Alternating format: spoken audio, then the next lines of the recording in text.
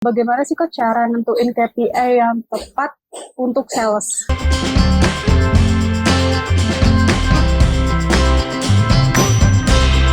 Halo Sobat Sales, balik lagi sama aku Aul di YouTube channel Antonius Arif. Nah, untuk kesempatan kali ini kita akan membahas terkait tentang KPI bagi sales. Nah, sekarang aku udah sama coachnya nih. Halo Coach. Halo, Ayo Coach, apa kabar nih Coach? baik, baik. Oke, langsung aja ya Coach ya. Ini Coach, kalau misalkan nih kita sebagai leader, nah gimana sih biar kerjaannya si sales ini itu benar, terus kayak cara kerjanya dia tuh kelihatan, itu kan biasanya dilihat dari KPI-nya nih Coach. Nah, bagaimana sih Coach cara nentuin KPI yang tepat untuk sales? Jadi gini, kalau di dalam dunia pekerjaan, ini ada berbagai proses ya. Misalkan kalau saya dulu bekerjanya di perusahaan besar, biasanya mereka melihat sales itu dianggap bagus berdasarkan key performance indikatornya ada result, number. Number itu number target yang mau dikejar. Ya, saya bisa mengerti kalau alat ukurnya adalah itu, berarti kamu mau pakai jurus apa, mau jungkir balik, mau istilah kasarnya ya, kepala jadi kaki, kaki jadi kepala, itu harus happen. Itu kalau rumusnya di corporate. Tetapi menurut saya secara pribadi itu hanya bisa terjadi kepada perusahaan-perusahaan yang memang yang memang mereka sudah expert di bidangnya. Kalau belum expert, saya tidak pakai cara metode itu. Tapi caranya adalah saya cenderung akan melihat berdasarkan dari istilah yang terbaru namanya objective key result. Jadi objective key result ya namanya clear ya. Objektif kan berarti kan objektifnya objektifnya apa, tujuannya apa. Key kan berarti kata kunci. Result berarti adalah yang kita ukur adalah perilaku mereka dalam melakukan pekerjaan diharapkan resultnya tercapai, yaitu number uang. Sampai sini oke? Iya. Nah, jadi tugasnya para pemimpin idealnya kalau perusahaannya jenisnya masih baru gitu ya, memang saya tidak merekomendasikan adalah number omset. Ya, karena saya melihat bisa jadi sebenarnya numbernya benar, tapi yang tidak benar adalah prosesnya yang mungkin bisa jadi salah. Tangkap ya, maksudnya proses itu apa? Mungkin cara menelepon, mungkin cara mereka presentasi, dan sebagainya. Saya ambil contoh. Saya kebetulan diminta menghandle ada satu corporate yang datang kepada kami. Numbernya mereka nggak mencapai target. Tetapi saya melihat timnya nganggur. Nganggur itu artinya jam berapa bisa hilang beli gorengan, bisa beli somai, bisa beli apa. Yang artinya bahwa pekerjaannya bisa jadi mereka kerja nggak benar. Bahkan mereka menentukan sendiri customer yang datang, mereka putuskan bahwa ini customer jelek. Nah, pertanyaan saya, tahu dari mana customer yang itu jelek gitu? Karena ternyata di perusahaan itu tidak ada key resultnya. Jadi tidak ada alat pengukuran untuk memastikan mereka nyampe target itu. Sampai sini oke? Jadi mereka pakai asumsi aja. Pokoknya target mereka adalah 10 miliar, kejar 10 miliar, caranya gimana? Mungkin terserah. Menurut saya nggak benar cara itu. Cara yang benar adalah ya tadi ya, tergantung ada company-nya. Yang benar adalah melihat dari aktivitasnya. Aktivitasnya udah benar belum? Menelpon orang berapa harinya sudah benar belum? Ya, misalkan targetnya adalah menelpon 20 customer per hari. Ya udah kita kejar itu. Nah, kalau dia dari 20 telepon, berapa yang closing? Misalnya dari 20 telepon berhasil bikin janji temu misalnya 5 lah. Berarti 20 banding 5 berarti berapa? 5 banding 1 ya? Betul dong? 1/5 closing 1. 1 banding 4 ya. 1 banding 4 ini kalau ngomong sama orang matematik begitu ya. Memang ya 1 banding 4. Makanya kenapa saya hire dia ya, karena saya nggak jago matematik ya. Ya. Jadi 1 banding 4. Nah, berarti kalau dia nelpon 20 dan janji temunya cuma 1, berarti problemnya di mana? Kemampuan mereka dibuat janjinya. Berarti kita bisa perbaiki dong. Bener nggak? Perbaikin apa? Bikin janji ketemunya yang mungkin salah.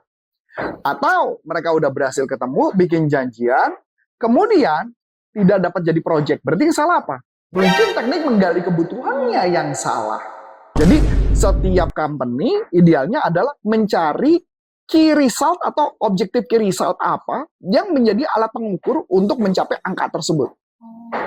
Kalau mereka nggak itu kan kita nggak tahu yang salah di mana. Iya. Masa kita bilang, oh mungkin salahnya kalau dulu ya di para sales nih, bercandaannya memang gila sih para sales. Satu, kalau kami bercandanya ya, mohon maaf ini bercandaan agak gila. Dia ngomong gini, mungkin lu tadi boker lupa cebok, itu beneran, itu ada di para sales ngomong gitu tuh. Ya ini kan, masa dia jawab gini, gagal karena boker lupa cebok, kan gitu ya, kan nggak masuk akal gitu ya. Ini mudah-mudahan jadi pembuka di nggak capai target, kenapa? Boker lupa cebok gitu kan, ini lucu nih. Ya, nah kan saya pikir kan nggak make sense gitu jawabannya gitu lah ya. Jadi buat teman-teman kayak begitu kalau bercandanya, atau ada yang lucu sales gitu ya. Oh penjualan dulu bagus banget dulu. Kok kenapa sekarang jelek? Iya karena lu pindahin gua, sekarang tempat mejanya dekat kamar mandi. Apa hubungannya? Jadi itu kenyataan di bisnis ada kayak gitu ada. Ya, saya pernah kerja di perusahaan besar waktu itu begitu jawaban. Ya karena gua sekarang duduknya ngadep ke kamar mandi. Kan bau kayak gitu. Sialan loh. Nah, jadi ada aja bercandaan yang kayak gitu-gitu ada gitu loh. Jadi balik lagi. Jadi kalau buat saya yang paling alat ukurnya adalah berkaitan dengan objektif resultnya. Kecuali memang perusahaan itu memang sudah berjalan dan memang dia misalkan dia meng-hire orang yang sudah expert, saya nggak peduli mengenai cara kerja kamu, pokoknya ngejar number. Tapi sebagai supervisor stres loh. Karena kita nggak tahu kenapa ini gagal. Ya kita cuma nganggap bahwa dia malas aja. Sedangkan yang dibilang malas, dia bilang, buset, gue dari pagi sampai malam udah di kantor. Nelfon, gak jajan gorengan, gak jajan somai, gak jajan bakso. Tapi kan belum nyampe gitu. Nah, kita harus lihat. Makanya kenapa kalau saya secara pemimpin harus diukur secara sains. Itu tadi, ya kan? Berapa ketemu orang, berhasil nggak bikin janji ketemu, kenapa gagal dan sebagainya. Itu yang diperbaiki. Udah clear? Nah, apalagi? Mungkin pertanyaannya. Kalau misalkan emang seberapa penting sih coach KPI ini untuk si sales? KPI itu penting banget karena kalau nggak kita nggak tahu kan apakah orang ini bakal nyampe target atau enggak, dia bakal capek apa enggak, itu penting banget. Tetapi yang paling penting buat saya adalah melihat dari faktor utamanya tadi, perilaku apa yang harus dia lakukan di setiap level sehingga ketika itu kita pastikan mereka pasti capai target. Nggak mungkin nggak, ya dong, kita ngelihat itu dulu. Ya contoh sederhana. Saya sama Adi saksi kemarin lah, kita mengajar di salah satu perusahaan properti, saya nggak bisa sebut namanya perusahaannya ya. Jadi perusahaan properti ini cukup besar. Dan ketika saya ketemu, saya tanya, database dari mana? Dia jawab, beli. Saya tanya, beli di mana database? Saya tahu, maksud beli di mana. Saya cuma menanyakan aja. Kenapa? Biasa kalau beli database biasanya dipakai kartu kredit. Biasanya beli di mana? Beli di bank yang orang pernah pakai kartu kredit ya gitu deh. Sekarang saya tanya, tahu dari mana kalau database itu bagus buat perusahaan buat jual properti? Ya nggak tahu pak, usaha dulu. Itu yang salah. Maksudnya gimana? Usaha bagus tapi usaha yang cerdas gitu loh. Nah kan maksud saya, jadi kalaupun misalkan kita mau garap untuk yang properti, kenapa nggak misalnya contoh orang yang pakai kartu kredit yang platinum level yang kita deketin. Nah, enggak? Iya. Platinum itu kartu kreditnya aja. Kartu kredit platinum minimal aja 70 juta lebih sampai 100. Itu gold atau platinum yang bagus. Berarti buat DP rumah aja udah bisa kan? Iya. Berarti mampu nggak kalau dia beli jual rumah yang miliaran? Ya bisa. Pertanyaan salah spesial, oke. Nah, kalau misalkan pelatihan kita beli database ya bank. Pertanyaan saya, kalau database bank, cocok nggak buat jualan? Kalau dia orang yang nggak pernah ikut training, nggak mungkin, nggak cocok datanya, gitu loh maksud saya. Jadi kecuali memang orang itu gila ikut pelatihan kan. Nah makanya maksudnya kita perlu pakai cara cerdas gitu, bukan beli data doang gitu loh. Karena belum tahu data itu tuh sesuai dengan target market atau enggak, gitu loh maksud saya. Itulah yang sering banget menjadi isu di berbagai company. Kalau misalkan mau, kenapa nggak bikin contoh lead magnet? Karena kita kan mau garap orang beli rumah, berarti lead magnetnya yang cocok apa? Karena mereka cari rumah kan? Misalkan 5 tips bagaimana memilih rumah yang pas buat Anda. Betul nggak? 3 hal yang harus diwaspadi ketika membeli rumah baru. Betul dong? Atau beli rumah mahal. Beli rumah mahal belum jaminan kehidupan Anda aman. Kasih tahu dong, bikin tips trik. Mengatur keuangan supaya kamu bisa memiliki rumah miliaran. Boleh nggak? Itulah lead magnet yang bisa menarik orang. Database-nya banyak nggak? Banyak. Itu database kan? Udah pasti mungkin beli properti nggak? Ya kalaupun ada yang bandel, yang cuma iseng-iseng, saya kan iseng-iseng nggak mungkin lebih dari 10% dong. Berarti udah ada database? Ada. Itu yang strategi yang harus dimiliki seorang sales. Boleh kebayang sekarang konsepnya? Jadi alasan KPI adalah bukan ngejar omset hasil tapi akhirnya, tapi adalah proses setiap tahapnya udah bener atau belum. Nah, kalau misalkan untuk tahu nih kalau misalnya si sales ini tuh kelihatan gitu kerjaannya benar atau salahnya di mana, itu berarti kelihatan dari angkanya tadi. Angka di setiap tahapnya bikin janji temu apa enggak.